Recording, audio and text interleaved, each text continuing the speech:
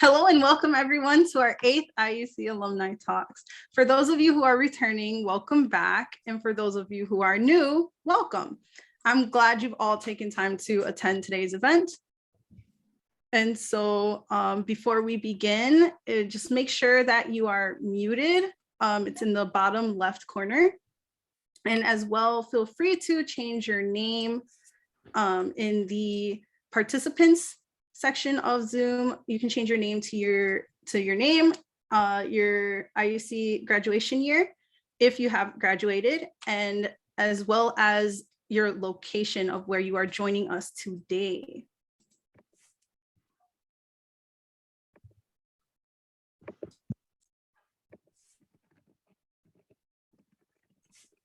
Okay, and then just a quick word from Richard.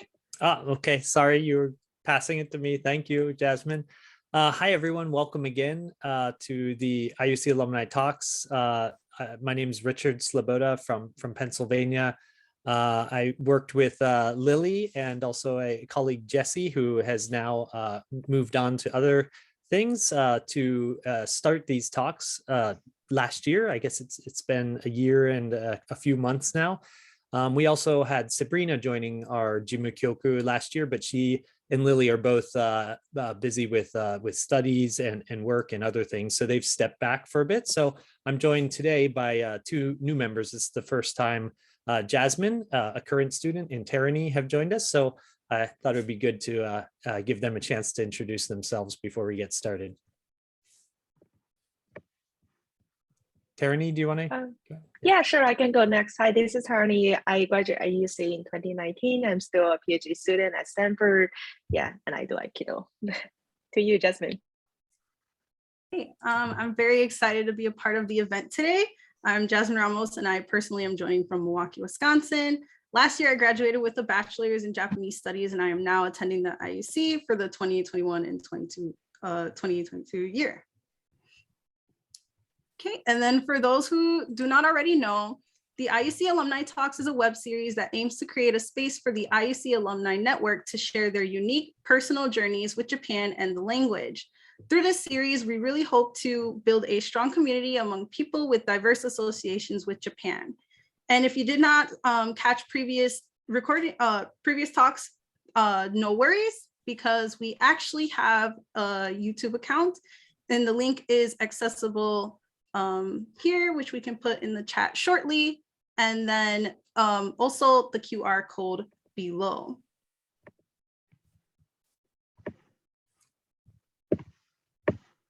Okay, and then for today's program, we will start with an introduction of our guest speaker, which will be about 5 minutes, then a moderator-led conversation, which today it will be Tarani, which will be the main part for 30 minutes.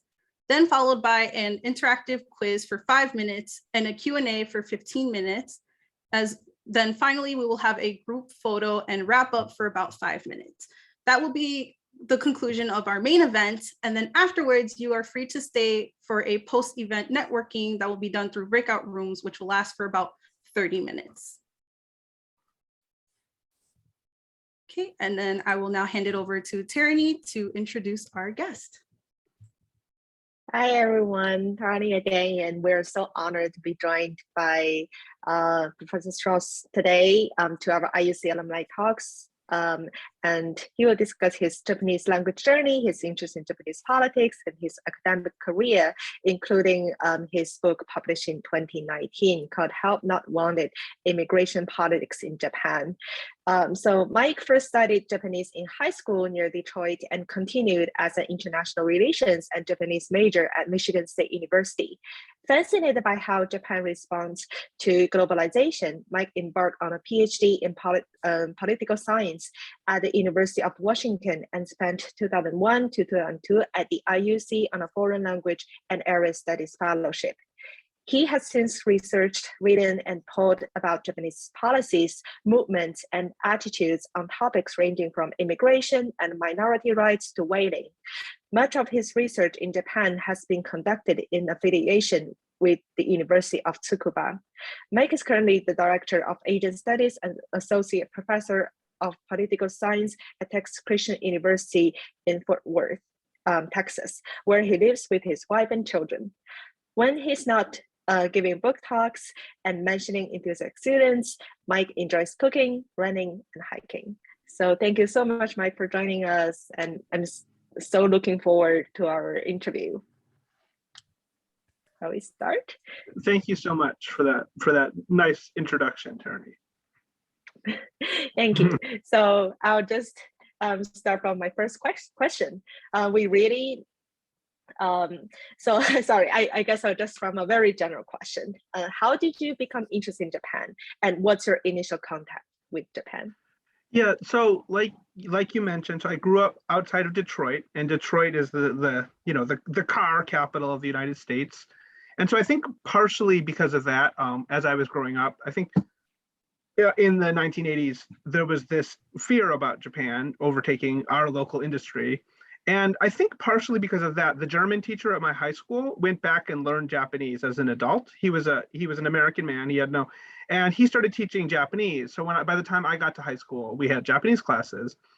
And he was a very good teacher. He was a lot of fun. There was a lot of games and songs, and he would bring in like essentially the equivalent of JETs. So teachers would come in for a year to help him. They're native speakers of Japanese, and those people. So it was a really good time. Those classes, they were, often the most fun classes in my high school. And so I was studying it partially because of that. And then after my junior year of high school, I went to Japan for the summer. I was in Fukuoka, and I stayed with a family. It was a Youth for Understanding exchange. And so that trip as well, I mean, I think being in Japan, it was such an amazing trip. And I think that really solidified my interest in Japan. Oh, and then have you gone to Japan for other trips or like for research study or whatever? I think you mentioned you also went to Hokkaido International. Could you tell us more about that? Yeah. So then after my junior year of college, I went to the Hokkaido International Foundation program up in Hakodate for 8 weeks. And I also stayed with the host family. I feel like I owe my host mom a letter. I feel guilty about that. I should write back to her. But yeah, and that was a really nice program as well. And then then as a graduate student, I was of course at the IUC for a year. And then I was back doing field research later. So I think when I add it all up, I've lived in Japan for a total of 3 years. And I think the largest amount of time actually has been in Tsukuba, and then Yokohama comes in second because of the IUC. I see. Oh, so you started, your initial contact with Japan started back in high school, so it's pretty early, and then you retain your interest through all these years, and now you even did a book research there, I believe back in 2016, right? Yes, that's right. Yeah. I came at that time. I was able to bring my family, which was really great. So none of my family is Japanese, just like me, but but they were able to be in Japan with me, and that was a lot of fun. And my son, who was 3 at the time, just went to a Japanese preschool and was speaking Japanese at that time. Unfortunately, he's lost it, but at that time it was really adorable. Yeah, we can talk more about that time, later. But now let's talk about IUC. Like, how did you hear about the program, and what were some of the highlights of your time there? Sure. So my first time hearing about it was actually from an alumni who was a professor at Michigan State. His name is Dennis Patterson. He's a political scientist, and he told me. So he was helping me put together a list of graduate schools to apply to that had strong Japan programs. And he said, well, while you're in graduate school, you're going to want to go to the IUC program. I went there, and it taught me how to read, write, and speak. I remember for some reason, that phrase really stuck in my mind. Like, oh yeah, I guess that's something I want to be able to do as well, obviously, to be able to do research in Japanese. And so that was how I heard about it at first. And then I was at, so that was how I found out about it. And then I think once I got to University of Washington, which is one of the schools that's in the inter-university, I think there's 12 schools, right? Something like that. Well, anyway, Washington is one of them. So it was definitely very well thought of by my professors there. And I think there was no problem at all. It was definitely understood that I would so I was in the PhD program, but the way that the program worked was after 2 years, you write like a master's essay and you get a master's. And then it was understood after those 2 years, at that point, I would go to Japan. So that was I see. what I ended up doing. Okay. I would go to the IUC, not just to Japan, to the IUC. Yeah. I see. Wow. So it's pretty, credit for, kind of renowned. So what did you enjoy most during your time there?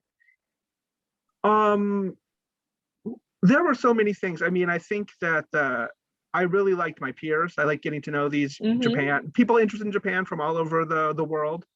The teachers were amazing. They were extremely diligent and hardworking and also fun. They gave us good materials. And I liked the opportunity to also to be in Japan and to explore and to have time to do other things as well. So I guess those were the three big things. Oh, for instance, what did you do like during your time in Yokohama? Like, where did you live? Any best memories? Okay, so I lived, I don't think IUC students live there anymore, although Richard said when he was there, they still live there. So there's this building in Kotobukicho called Toryumi Haimu, which is like, it's like in a pretty bad neighborhood for Japan. Like while I was there, there was a stabbing in the church, the Baptist church that was right next to our building. Oh my there was a and it was definitely like yeah, I mean, no, so it's not the kind of neighborhood I associated with Japan before I lived in it, but it was, I mean, it was a really good location. Like it was pretty close. We could get on a train line and be right in downtown Yokohama, and then in Tokyo not that much longer. And yeah, so one of the things that I did when I was there, we had Wednesday afternoons off. So we would go to school all day, every day of the week except Wednesdays. We just went half days. And so I remember I decided I wanted to do some volunteering on Wednesdays because I had that time. So I went, there was like a Yokohama volunteer center, something. I think it was pretty close to the IUC as well. And so I went there and said, like, I'd like to volunteer. And they said, well, where do you want to volunteer? And just judging from where I was living, I thought, oh, there's a lot of homeless people. So I would like to volunteer with homeless people. And they said, oh, we don't have any opportunities like that. Which, so then I said, okay, well then I will volunteer with elderly people. So then they put me in like a elderly, a daycare facility, essentially an elder daycare facility. And so I was going there basically every Wednesday, and that was really neat. I mean, the old people were really interesting. They had great stories. The staff that worked there were a lot of fun. And the sort of most like Genki outgoing person that worked there, she was actually Korean. She wasn't Zainichi, so she had grown up in Korea and then married a Japanese guy and moved to Japan. So she had like a pretty, she had an accent, but she spoke like, perfect Japanese. And she was just like so much fun. It was always like singing songs. And so that was great. That was a nice fun thing that I did on the side. And then also I did academic research there. So for my graduation project, I wrote my graduation project about the fingerprinting refusal movement among the Koreans in Japan. So they had up until 1989, and in 91, Koreans living in Japan had to be fingerprinted. And in the 80s, a number of them started refusing to be fingerprinted. So I interviewed some of the people that had refused to be fingerprinted, and I wrote a paper about it. And that paper actually ended up becoming my first academic publication. I mean, after I left the IUC, I had to translate it into English, and I presented it at a conference, and that ended up being my first publication. Wow, you had such a fruitful and fruitful year. I hope that I could use my time as productive as you did. We also had Wednesday afternoons open. I just remember going to karaoke. Well, I did plenty of karaoke as well. So yeah, don't. Yeah. So do you have any favorite senses or any moment in the IUC that was super memorable to you? Yeah, well, I really liked Matsumoto Sensei. Apparently he retired a few years ago. He was very, very funny. Like I think he was. And then Ohashi Sensei, she was extremely like careful and a really, really good teacher. And so when my graduation project, well, I also presented it at Tokyo University at the Minority Mondai Kenkyukai, like the minority issue research group. And so actually the version I presented there was longer. And so like I wrote like, I think a 15-page academic paper in Japanese. So obviously my Japanese is not native. So Ohashi Hashi sensei helped me so much. She like went through like every sentence and was really, really helpful with like making the language a lot clearer and cleaner and more natural sounding. So I really appreciated that, because that was not her job responsibility. You know, she was supposed to teach me Japanese, but she did really a lot to help me with that paper. And then I went to and then I had to read it, because that was what they did at that Minority Mondai Kenkyukai. You guys, I had to like read this academic paper in Japanese, which was pretty weird. For sure. I also remember, teachers correcting my compositions word by word, those long essays. Definitely. They're so nice. Could you specifically elaborate on how IUC prepared you for your professional career? What is your biggest takeaway from the program? Yeah, well, I mean, the network, knowing the people itself is helpful. But I mean, honestly, the skills that it's like, I knew like that I wanted to do research on Japanese politics. And in order to do research in Japanese politics, you have to speak and read Japanese well enough to be able to read government documents, read the newspaper, read things like that, read Japanese academic publishing, and then also to be able to conduct, at least for my research, I need to be able to conduct interviews in Japanese. And so those were all things that before I went to the IUC I couldn't do, and then after I could. So like those skills, which I still use in my research, I learned how to do them at the IUC. So it was extremely helpful for my day-to-day research. I still, I read the Japanese newspaper every day. I couldn't do that before I went to the IUC. Okay, so you mean the boost in proficiency level helped you in your academic career in the long run? Absolutely, yes. And the network. Yeah, the network is great too. I mean, I'm still in touch with, a number of the people that I went there with, and Yeah, and I would particularly like to ask, because I heard that Japan has finally opened up its border to international students recently, which is truly good news. I know that, Jasmine is also so excited to meet each other in person after waiting for so long. If there's one piece of advice that you could give to the class of 2022 who are finally able to visit Japan, what would it be?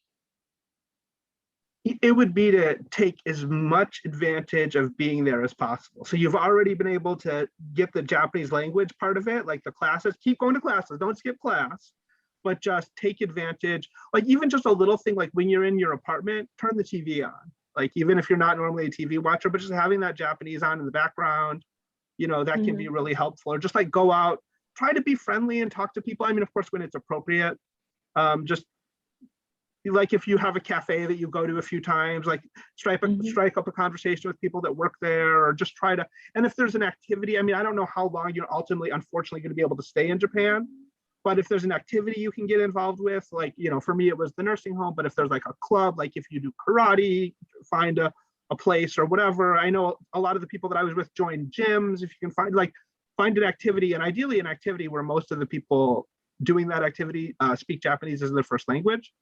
That's a great, throw yourself into that. Just take full advantage of the time that you're actually in the country. Yeah, I believe you mentioned like joining different clubs would be super helpful to improve the language proficiency. You also briefly mentioned the Minority Kenkyukai in Tokyo Daigak. So how did you hear about the existence of the club, and how did you join? That's a great question. There's so many different mailing lists and like different email lists, and I feel like it might have been on one of those, but this is a place where if you want to know about like good political science, like Kenkyukai type things, I can answer your questions actually, but this might be a place where your advisor or other professors at your institution, or your senpai, like if in your discipline, like you can ask them like, oh, I'm interested in this topic, are there people that meet about this? And you just have to ask, and hopefully I feel stuff has been shut down for a while, but hopefully it will start to open up soon. I think that's my sense, is that things are starting to open up. So I don't even know if the Minority Mondai Kenkyukai is still meeting. I don't think it is, but there's lots of different places in Tokyo where like graduate students and professors present research. So just find the ones, especially if you're on the academic side, find the ones that are most relevant to you. And even if you don't want to present, just go there to listen. I see. Yeah, that's such a practical piece of advice. I remember that my advisor currently also forward me all kinds of emails from Japan, which I have to stay up late at night to attend. Yeah. Yeah. Okay, now let's switch gears. Could you also tell us more about your academic interests? What inspired you to land into the field of international relationships, and how did you navigate through your various options for dissertation research? Yeah, so well, when I was an undergrad, I mean, especially towards the end when I was thinking about graduate school, the thing that I was most interested in was how sort of yeah, like you said in the introduction, how Japan responded to globalization. So I was interested, I had this vision of what Japan would be like before I went there.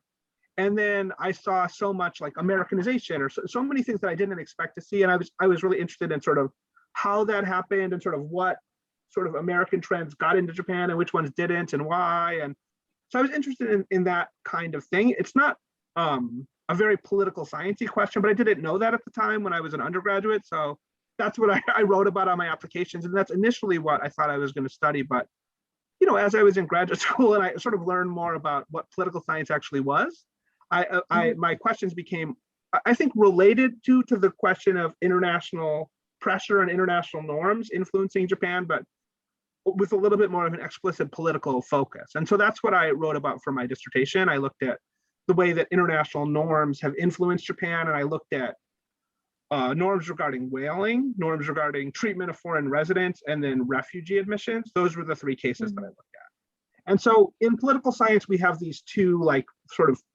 we call them subdisciplines or specialties. One of them is international relations and one of them is comparative politics. So my dissertation was an international relations dissertation because I was looking at international pressure on Japan. But increasingly, as a professor, my interest has turned more towards comparative politics. So that's just like looking at more at domestic politics in Japan. But I'm looking at the domestic politics of immigration. So it still has an international aspect because there's people coming to Japan. So it's not, some comparative politics is much more domestically focused than my research. But I became increasingly interested in that and thinking about, especially, the question that motivated my book is, compared with most other advanced industrialized countries, Japan has very few immigrants, right? So that was essentially, why is that, right? And people think they know the answer, but a lot of countries, well, anyway, so that was what motivated my book. I see. That's so intriguing because you're partially addressing my next question is how your interest evolved through all these years. So you said that you're gradually shifting from international politics to comparative politics. So what triggered that shift? Or is it the trend, or to which country are you comparing Japan policy to? It's a good question, Tarani. So I've written a little bit of comparative work where I do, I have actually a paper where I compare Japan and Turkey. I wrote it, I co-authored it with the Turkey specialist. I'm happy to talk about that one later, but most of my work, the discipline, the sort of subfield of comparative politics includes sort of single country case studies. So sort of comparing Japan with itself. Japan had this policy at this time, but not at this time. What changed, or something like that. The thing in actually the biggest and most influential subfield in political science in the United States is actually American politics. And they don't, for the most part, compare America with anything. They essentially are also comparing America with itself. They say, why did America pass this law but not this law? Or why did, so I think that what I do is essentially mostly comparing Japan with itself. So Japan at this time versus Japan at this time, or, this discipline of law versus this piece of Japanese law versus that piece, or something like that. Cool. So let's move on to your book project, which you Sure. published in 2019. So I know you've recently published this immigration politics in Japan. Could you give us some highlights of your book? And I'm sure that many of our audience will find the book interesting. Yeah. Sure. So I told you what the overall question was, which is why does Japan have so few immigrants? And my overall argument in the book is I say that there's two reasons.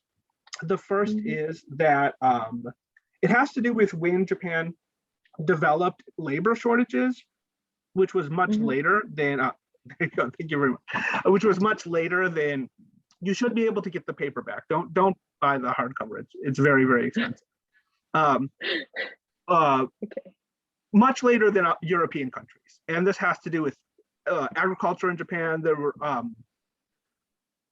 sort of large numbers of farmers in Japan, longer than there were in like Germany and France and England. So for that reason, essentially Japanese industries could recruit laborers from those places rather than from abroad. And then just as sort of things were looking in the 1970s, like Japan was going to actually need to start importing immigrants, you had a global economic slowdown following the OPEC embargo. And so then there was 10 more years. And by the time Japan was facing labor shortages again in the mid 1980s, by that time, Japan had been able to watch the experience of European countries with foreign labor for decades. And the Japanese government, in particular, the Ministry of Justice, had basically concluded that that was a failure. And they didn't want to repeat that failure. So that's one piece of it. So the fact that Japan developed its labor shortages late, and then the way that the Ministry of Justice interpreted that is one piece. And the other piece is that in post-war Japan, there hasn't been what I call an influential strain of elite thought, which suggests that foreigners belong, or at least large numbers of foreigners belong in Japan. And so it's those two pieces together are why you have so few immigrants. So that's the overall argument of the book. And then if in sort of walking through the book, I lay out my overall theory in chapters 1 and 2. Chapter 3, I talk about sort of the history of immigration policymaking leading up to the 1980s. So specifically looking at the way that the Japanese government made its sort of developed its immigration policy style by its treatment of Zainichi Koreans, so Koreans that had been in Japan since the occupation. And then in chapter 4, I look specifically at foreign labor policy. Chapter 5 looks at refugees. And then chapter 6 focuses really on politics and political parties and sort of the changing way that political parties have responded to immigration in the last 20 years. So that's a quick overview of the book. Thank you so much for this quick overview. I believe, for those audience who are interested, please get a copy of Mike's book. I mean, especially providing the pandemic, I'm sure the shortage of labor could be, even severe or serious, the situation. And I believe, Mike's book can share some insight on how we view all the, immigration status in general in Japan now. Yeah. Thank you. Yeah. So, and the next question is that I heard that you'll be presenting at the AAS conference in Hawaii next month on the results of an online survey you and some collaborators have been working on, and you're also doing some fascinating work on the changing attitudes of Diet members towards immigration. Can you tell us a bit more about these new research projects? Yes. So the paper that I'm presenting formally is that's on the program is we did a survey experiment, me and then Melanie Dominguez at the University of New Mexico, and then Yuki Shiraito, University of Michigan. We did a survey experiment of about 6,000 Japanese people, and we presented them with political candidates. And we randomly varied the candidates, the way that the candidate justified calling for immigration. So there was a humanitarian appeal. So you could say the situation in the world is so bad and Japan has the resources, it should admit people. And there was an economic appeal that emphasized labor shortages and declining population. So two different appeals. And then we had a male candidate and a female candidate. So some voters randomly got one of those candidates, either the man or the woman, either the humanitarian or the economic appeal. And then we wanted to see, because we were interested in how thinking sort of the role of traditional gender roles would affect the way that Japanese people approached political candidates. And I guess, we're actually in the process of writing up these results right now. So I can't, but the sort of snapshot, and it's pretty surprising, and we're actually not totally sure what to make of it. So if anyone has ideas, we would be interested. We basically found no effect. So we found that gender didn't seem to matter, right? That Japanese voters didn't think, for example, that the male making the economic appeal was any more competent or would make any better policy than the female making the economic appeal. And similarly with the humanitarian appeal. So that's not what we expected to find. That's not what others have found doing similar kinds of results. So we're not totally sure why, but that's something we're working on. Oh, I should also mention, I mean, at the last minute, we threw in, because we were adopting, anyway, the main purpose of our survey was that survey experiment, but we threw in a question about the immigration ban that's just, or the entry ban that's just been lifted. And then we also had a question about, so with the question, do you support the entry ban? And then our second question regarding that was, if the entry ban were to be relaxed, which of these groups should be prioritized? And foreign students were on there. There were a lot of choices. And the results were somewhat depressing in that the vast majority of our respondents supported the entry ban. They gave it, 6s and 7s on and then the groups that they were most willing to let in were foreign spouses of Japanese people and foreign spouses of foreigners. So it was spouses. Those were the only two categories that the majority of Japanese people wanted to let in. So foreign students, unfortunately, did not make the cut. That was down around 30%, but which was, we were a little bit sad. And there's this political science blog called The Monkey Cage, which is like sort of posts, it's published through the Washington Post. It sort of like up-to-date research on political science. We were going to try to publish these results there, but then the war in Ukraine started and they said, we're not really, we're going to focus our publications on that, which was understandable. Okay, so that's, and then I mean, I feel like we're running out of time. I mean, I can talk about, because I have another project that I'm working on, but we don't need to talk about that. But it's about political candidates and their responses to immigration. If people want to ask questions about that, I'm happy to talk about that later. Okay, so maybe, since we're running short of time, before we move on to quiz, I thought I would ask a bit about your personal life. I understand that your wife and kids were with you in Tsukuba when you were doing research. What was that like? And would you take them back to Japan again? Yeah, so at that time, my daughter was 6 and my son was 3, and she turned 7 right before we left. And then my wife was, about my age, but she's not Japanese. She doesn't speak Japanese, but she has lived with me in Japan before. This wasn't her first time. So she lived with me when we were graduate students. And when they were that age, it was hard, but I think it was very rewarding. I mean, I think they have, my son, we always, because he was only 3. I feel like I remember barely anything from when I was 3. He remembers a few things from Japan. My daughter remembers more because she was 6, turned 7. So, yeah, I mean, I was so happy that we were there with them, and I would love to take them back at least for a visit, because we have friends there now, but I don't think it would be good to take them back for 7 more months, just as they get older. Now my son is 9 and my daughter's 12. They have their friends that I don't think they would be thrilled about. You have to leave all your friends behind for 7 months or a year or something like that. So, they have their lives here. So,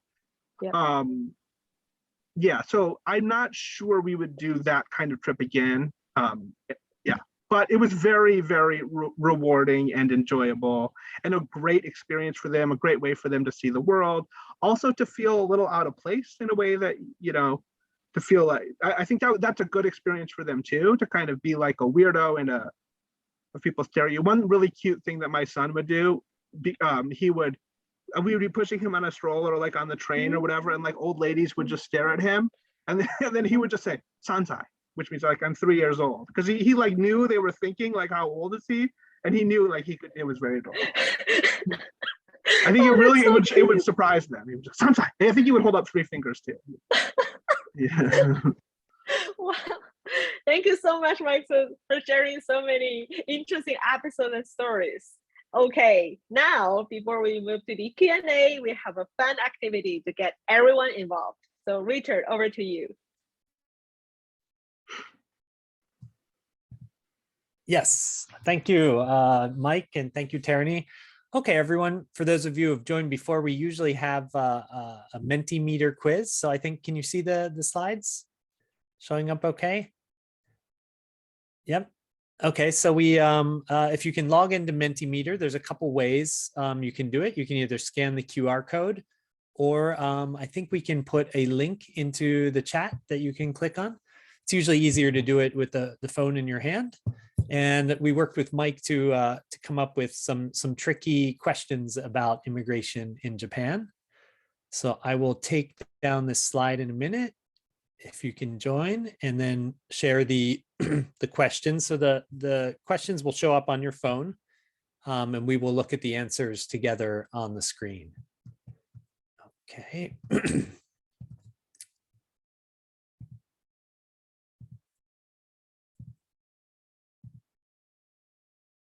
Here we go. Oh, wow. Is there a chat link?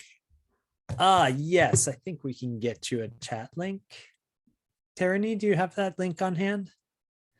Looks like about 30 Yes, people managed to join. I can repaste it. Okay, Thank you. there we go. Got it. Excellent. Okay, so we'll have about 20 or 30 seconds, see everyone's responses, and then get some commentary from Mike.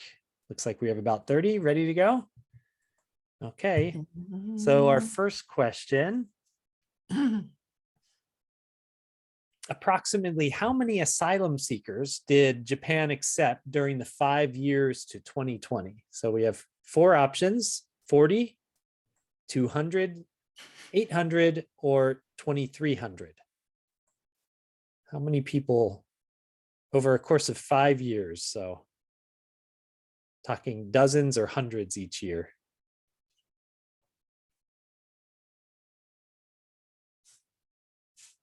Okay, looks I like got the wrong answer. a few people got it. Well done, Diana. You didn't get inside information. What do you think, Mike? Are you Right. surprised by this response? Yeah, I mean, I feel like there was I'm trying to remember the year. I think it was 2017 where Japan only admitted like 20. And that was big news. So I think if people had heard that, they might have had a good reason to guess 40.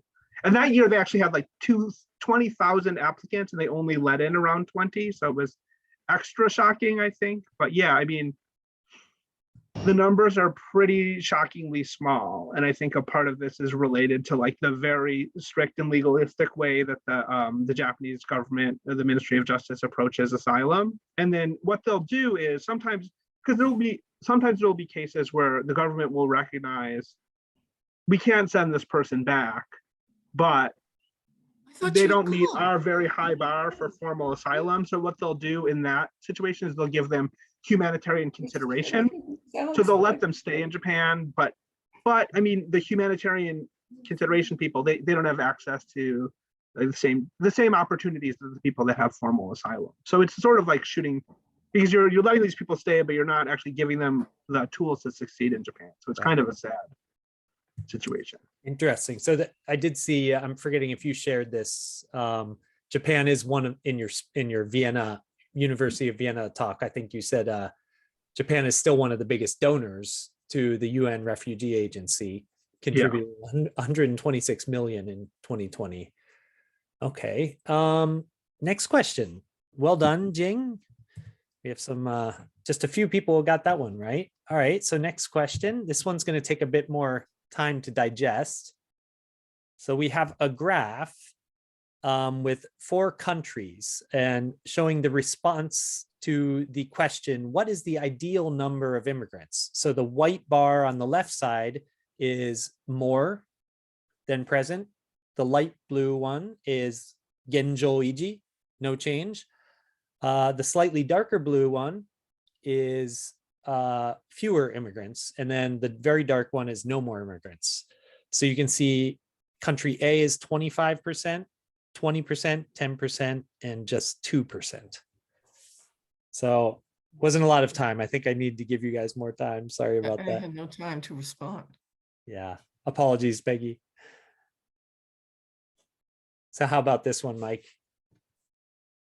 Sorry, somebody had asked for reading recommendations, and I was just pulling up books to. Oh, okay.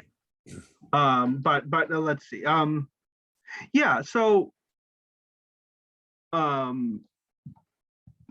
So we had. I'll bring up that. Yeah. Slide again.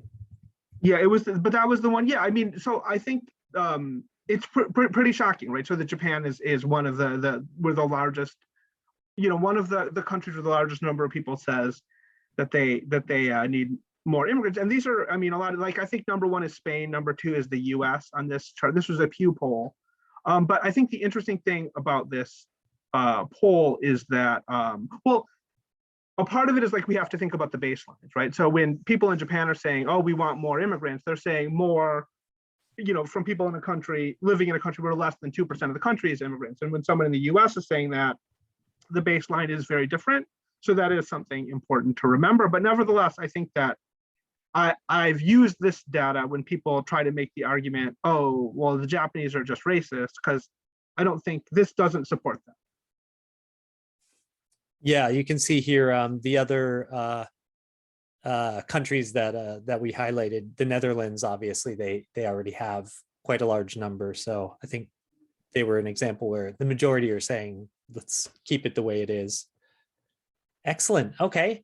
Sorry about that. That was not enough time to answer. Okay. Sorry, trying to bring back the presentation. There we go.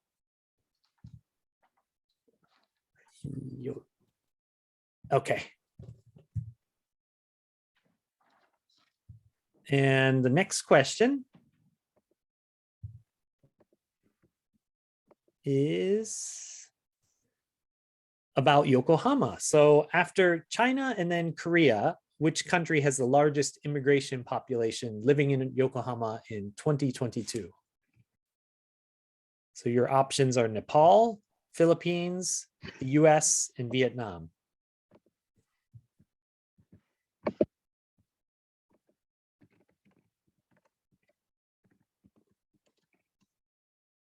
Oh, quite a scatter there.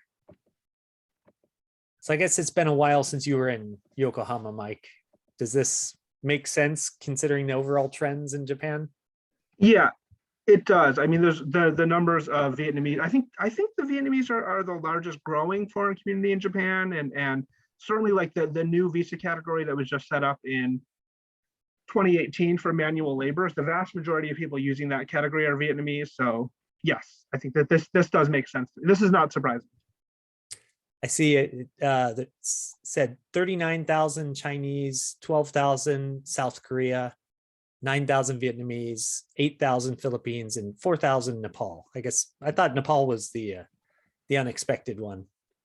I would have thought India would have more, but apparently not. Excellent. Kaonashi and Kate, well done. Okay, and this is our last question. Still have 15 minutes for one more question. I think we'll stop at this one.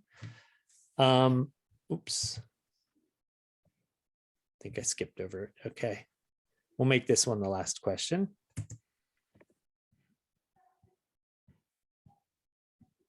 Okay, which of the following will not give you additional points toward a highly skilled foreign professional visa? So which of these will not give you points towards a visa? A degree from a Japanese university, experience on the JET program, a foreign qualification related to work, or the N2 on the Nihongo no Ryoku Shiken?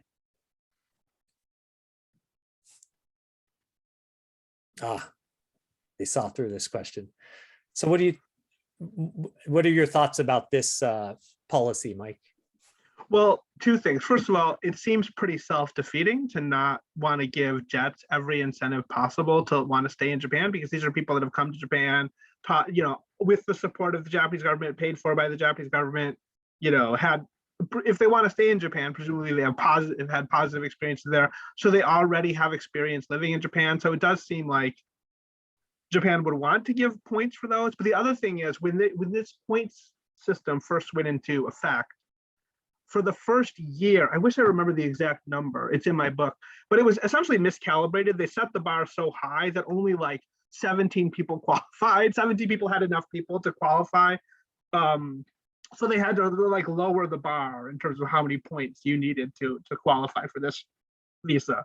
But it was pretty fun. Like looking, the number was shocking. After 1 year, it was like 14 or 17. It was very, very small. Wow, I had no idea. That's Yeah. fascinating. So it says here you get 10 points for a Japanese university degree, 5 points for foreign qualification, 10 points for an N2, and 15 points for N1. So I think that's where our IUCers are going to have. And you can get 15 to 20 points for having a patent. So I don't know. I think N1's probably a better bet. Okay, well, that's the end of our quiz. It looks like Jeffrey, well done, Jeffrey. Came out and oh no, I'm sorry. Jeffrey did well in the last one. Kawanashi, yay. I'm not sure who that is. Curious if anyone wants to identify themselves. Maybe you can type it into the chat. Congratulations. All right, so that's enough for us. And now I think we're moving into Q&A.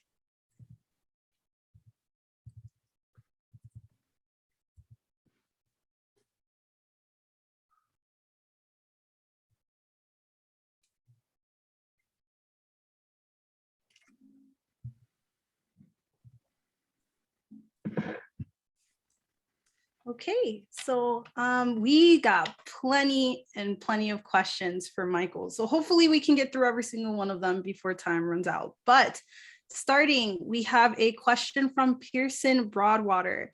As an oracle of Japanese politics, when do you think the Kishida administration will resume issuing tourist visas?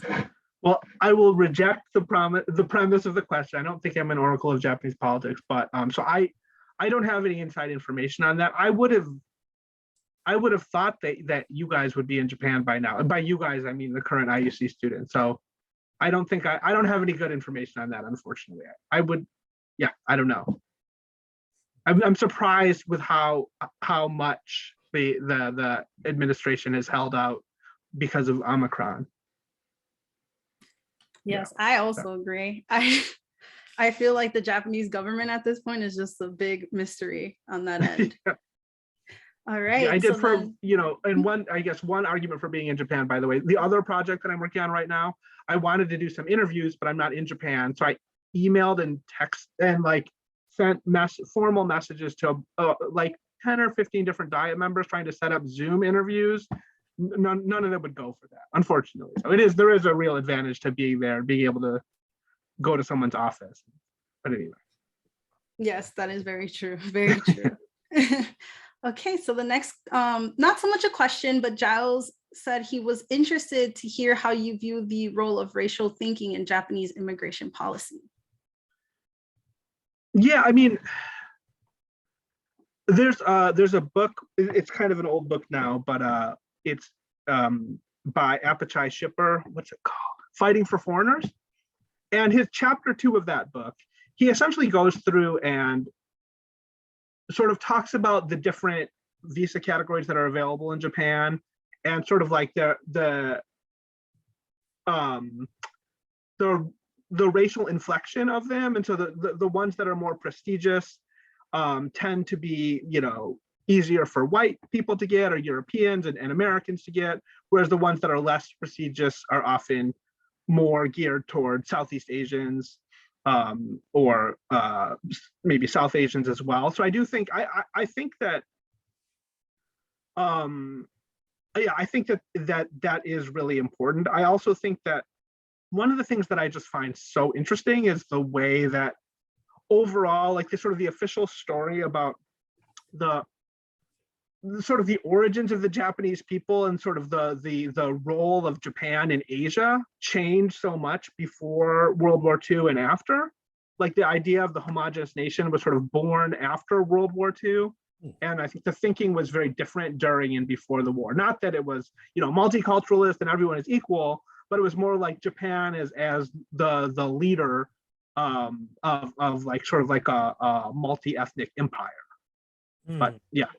But I think race is really important in the way that Japanese elites think about immigration.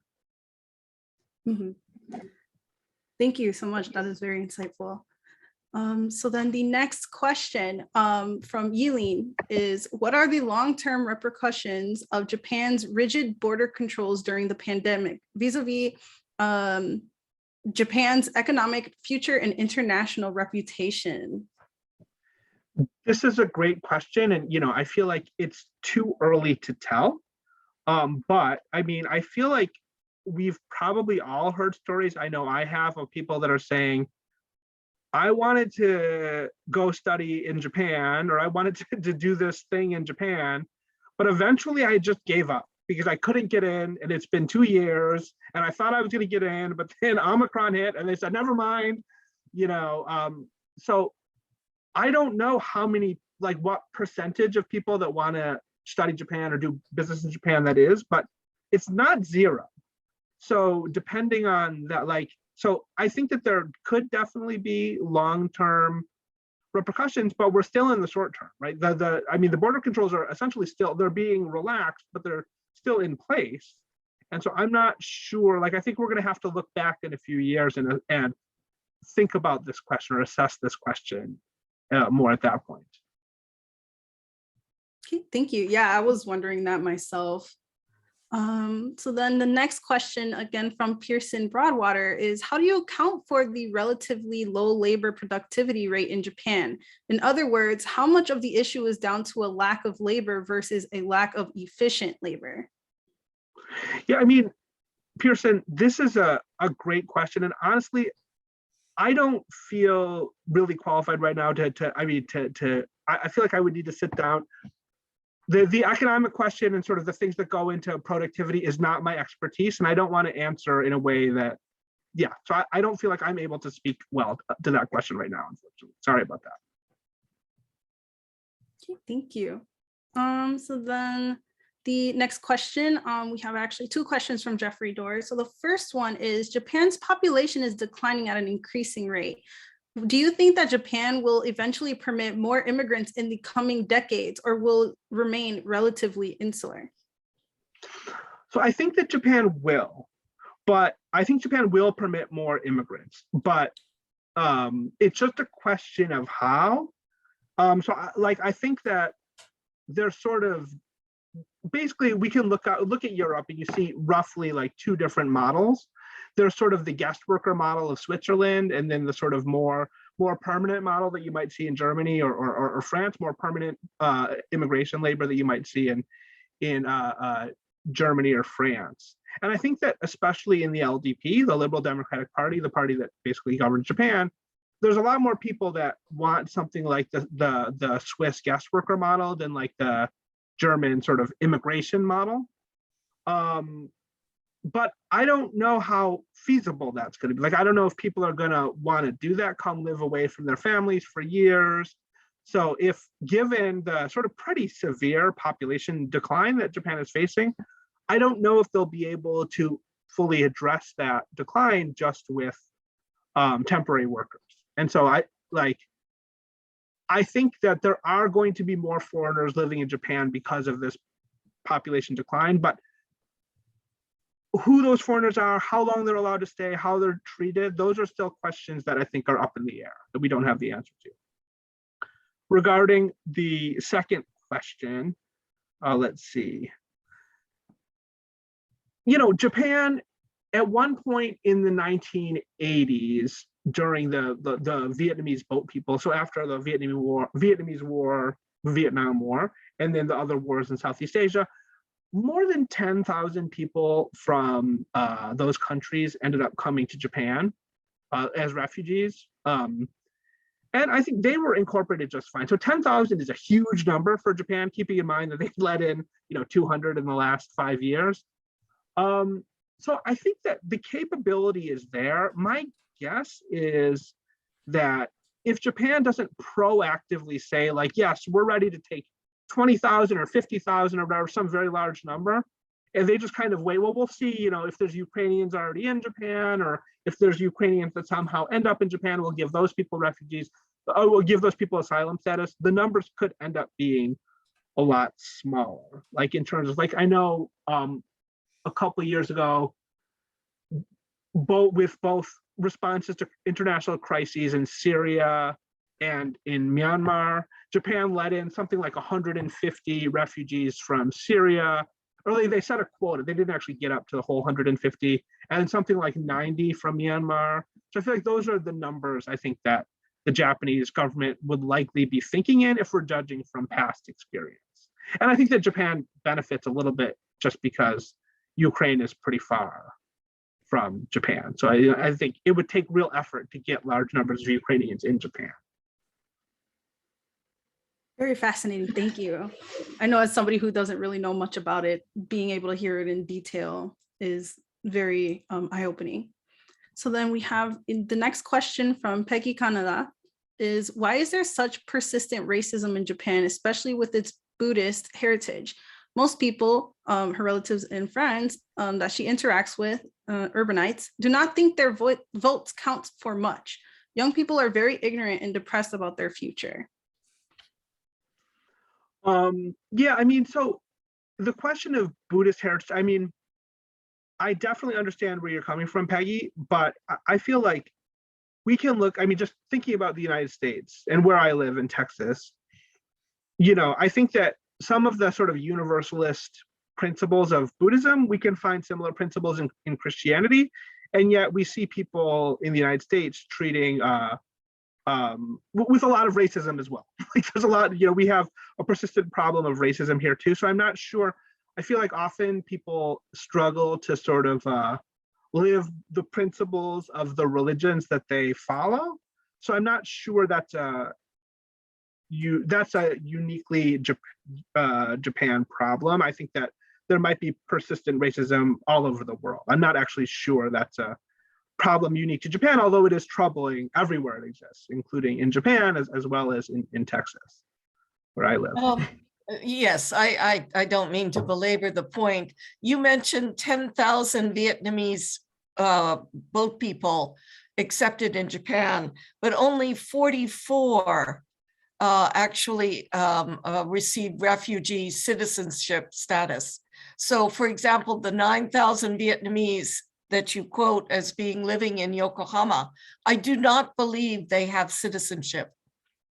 Yeah, well, so there's two different statuses. There's the way that Japan was admitting those boat people, they weren't putting them through trials to just determine whether they had asylum. Basically, because of this coordinated international effort, they were essentially saying anyone who's fleeing Southeast Asia, so that was Vietnam, Laos, and Cambodia, essentially automatically gets a kind of status. They were called like convention refugees instead of getting formal asylum status. So Japan actually made it easier at that time, as other countries were doing too. This wasn't a special Japan thing. They made it easier for those people to get that status because they were a part of this international agreement. They started very slowly. In the first couple of years, again, it was a similarly like shockingly small number as people were leaving Vietnam. You know, the first year, like 1975, they let in 3, you know, and then finally in the 1980s, they started to let in more. But those people do not have citizenship, and their children do not have citizenship. Most of them want to leave Japan if another country will take them. That's why accepting refugees is kind of a lie. And I mention this because most Vietnamese were Christians or Buddhists, and were helped by religious communities here in Japan, but the government is intransient. Can I add, Peggy, you know, I asked about race earlier, but can we just maybe you could say something about xenophobia as a particular, you know, something like that that's a little broader, because I mean that's a net which catches a lot more of the fish, you know, that we're concerned about here. Obviously we can get into comparative xenophobia, as you pointed out, like, right, you know, and so it's not a competition to you know, to get to the top of that heap. But I guess we somebody also mentioned earlier, I think it was Avery, you know, we're all a little sensitive about this issue as as Right. as scholars who are not, who are definitely not objective observers. It's hard to be. I mean, I'm not saying about you, but I think we all have some skin in the game when it comes to looking at these things and feeling, upset about it. But what do you think about just sort of xenophobia waxing and waning based on circumstances, and then like the regular undercurrent, which never seems to change? Yeah, that's right. I mean, certainly looking at our survey results of, again, it was a representative sample of more than 6,000 Japanese. It was depressing to see how popular the immigration travel ban was, or the foreign travel ban was.